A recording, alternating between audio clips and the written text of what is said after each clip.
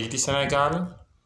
gila hitaande ujunere e temedde jeenayi e capanɗe nayi e jeeɗiɗi 1947 fodde rewɓe siifaɗo e leydi ndi ɓe dañi fodde yaade suɓngo droit de vote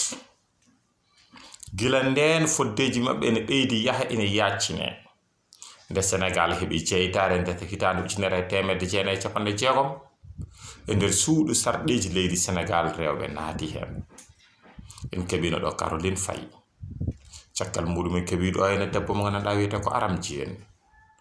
rewi ha gandanɗa en keɓini e nder suudu sarɗiji ɗi manam assemblée nationale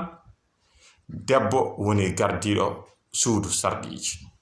en keɓi ɗo Fatoumata Ka en keɓi gonnoɗo jagorɗo halfinaɓe gueɗe rewɓe e rendo o mo gandanɗa wonno Maymouna Kane ministre de l'action sociale et développement féminin